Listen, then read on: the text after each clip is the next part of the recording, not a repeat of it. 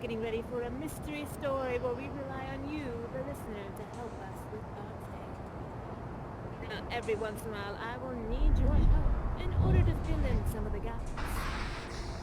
Now, listeners, are you ready for a mystery story? Very, very good. This mystery story is called The Magician. Long ago, in a small city, there was a magician, James the Magnificent.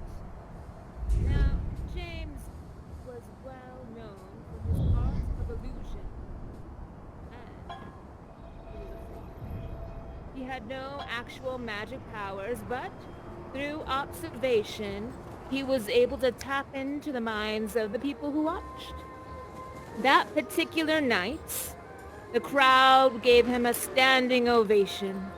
He did card tricks and mentalism, but a woman stayed behind.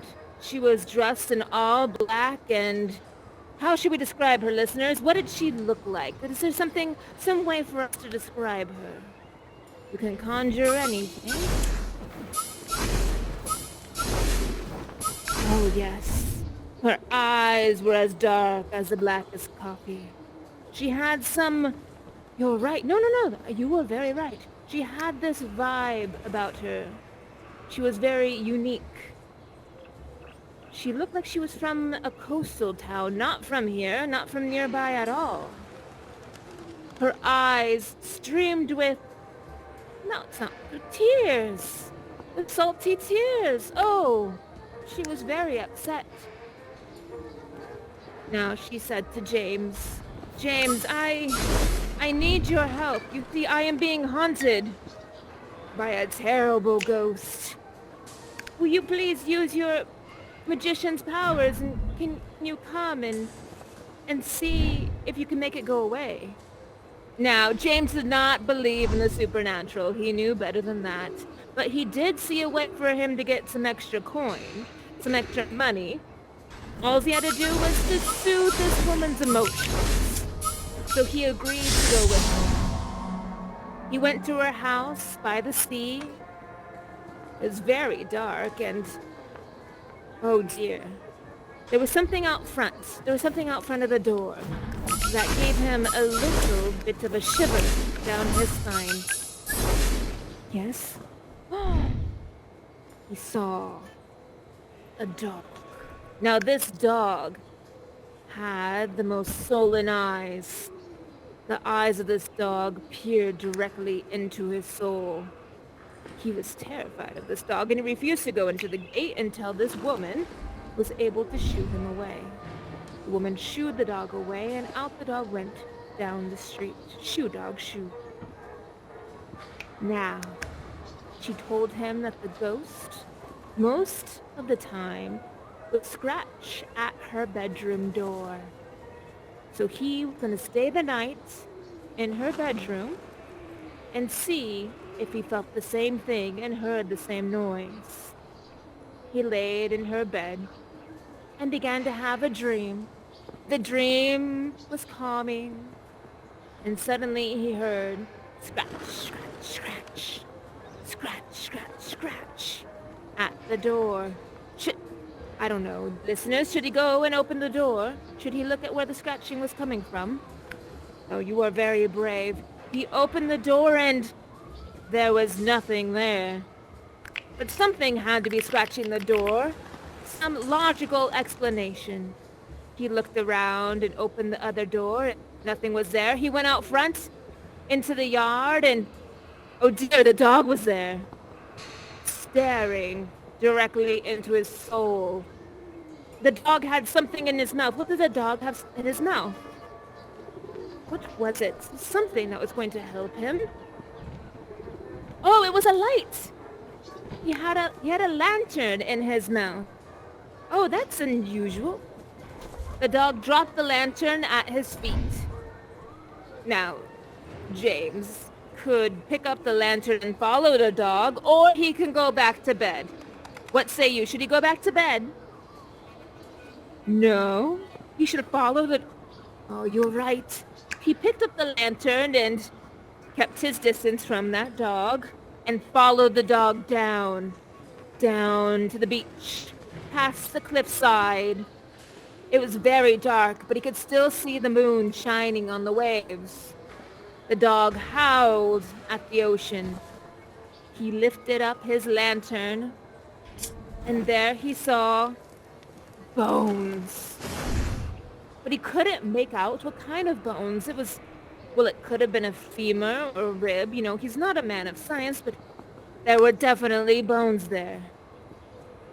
He took off his jacket, placed the bones inside of his jacket, and scooped them up and brought them back up to the cliffside.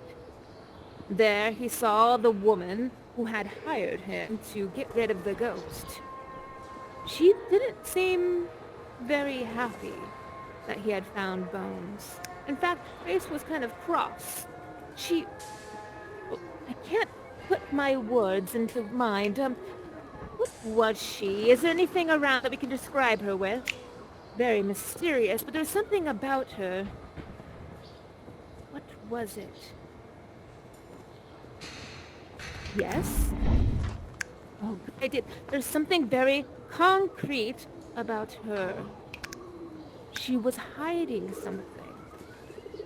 Just like that, yes. But he couldn't place it. He tried to understand her and what she could possibly be hiding, but he would make a note of it. Yes. The dog was gone, and now he had a jacket full of bones. Because he did not know if they were animal or human, he thought it best to call the police. Do you think he should call the police? You say yes? You say yes? He called the police.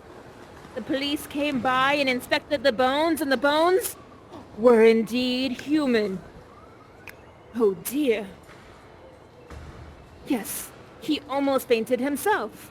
But the most unusual thing about this woman that he hired is that she did not seem surprised that they were human bones.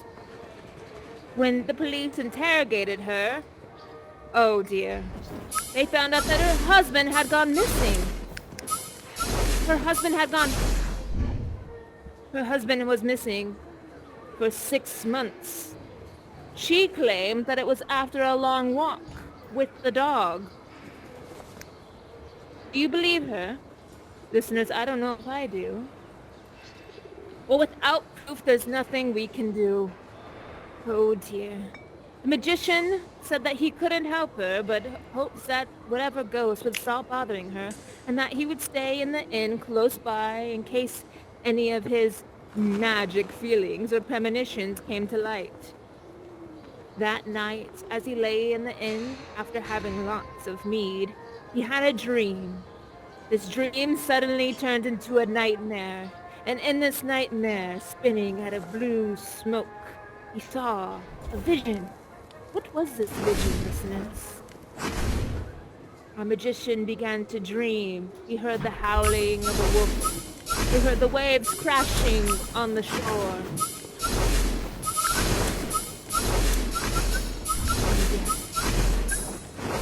Something appeared in the mist. A boat, shining back and forth. A boat on fire. And an arrow shooting up in the sky. What could all of this mean? Suddenly, he woke up. He heard outside of his door, scratch, scratch, scratch, scratch. What's that scratching noise? It's the same noise that he heard when he was at the woman's house. When he opened the door, nothing was there. He went outside and, oh, you're not going to believe this, listeners, the dog was back. The dog with the sullen eyes. And again, in his mouth, he held the light. He followed the dog once more, down the cliffside to the ocean, where he found a wreck of a boat. Inside of the wreckage of the boat, he saw that the door to the hull had been nailed from the outside. Oh, listeners. Oh dear. Do you think You think somebody might have murdered that poor woman's husband? Put him into a boat and cast him out to sea? That's what it's looking like. All right, he went to the cops once more and he told them exactly what he had found. They went down to the boat. When they opened and pried open the door, they found the rest of the bones. It was indeed the woman's husband. Not only had the door been nailed from the outside, but the boat had been lit on fire. Whoever did this did not want this man to survive. But who could have done it? I think we all have our suspicions. He went to confront her. Yes, you know, listener, you know. He went by himself to confront her. And there she sat in her room, sullen eyes with her soul as dark as coffee. And she looked at him and she said, oh, she admitted it. She said that she had killed her husband and she should have killed the dog too. And suddenly she leapt up from her bedside and she grabbed, what did she grab? She grabbed something. Oh, listeners, she grabbed something. Oh, she grabbed a knife. She grabbed the knife and she lunged after James the magician, lunged after him. But oh, the dog leaped in from the window and scratch, scratch, scratch at her throat, bit her right in the throat, protecting James. Oh. The dog howled, and scratched. Oh, yes, just like that. Get him. Oh, she screamed and she ran out into the night. The dog looked at James the magician and howled once more, snuck its chin under James's hand, looking into his eyes, a pitiful thank you for finding out the truth about his master. Oh, little dog. Should James keep the dog? I think that's what the dog is asking. What do you think? Do you think so? Yes. James decided to keep this little dog and would put this dog into his magical... Now, James did not believe in the supernatural until the fire went crack, crack, crack, just like that, and smoke came up. And he heard a voice. Thank you. It was a man's voice, thanking him from beyond, thanking his dog, Bruno, thanking James the magician for solving his heinous murder. Now, James the magician decided that he would take Bruno with him, and they would continue to hunt down mysteries together. The end. Well done, listeners. We solved that mystery because of each and every one of you, and you did shepherd that soul into the great beyond. Oh, I'm so glad that you believed in Bruno, the dog, and you didn't turn him away. That could have been quite a different story, I feel. Well done, each and every one of you, for your contributions. I'm very, very proud of you. Well done. I was a little scared there for a moment. I'm actually terrified of the beach. Now, when I first started getting myself into radio programming, there was an electrical storm. And since we were near the water, the flood, well, I will bother you with that a different time. This story was brought to you by Time Boat. Remember, one mask, one ride. Well done. This is Martha Deathstone signing off. Congratulations to each and every one of you. Oh, I'm very proud of you. Yes, snaps all around, snaps all around. This is Martha Deathstone signing off. Congratulations, my love. Bye-bye.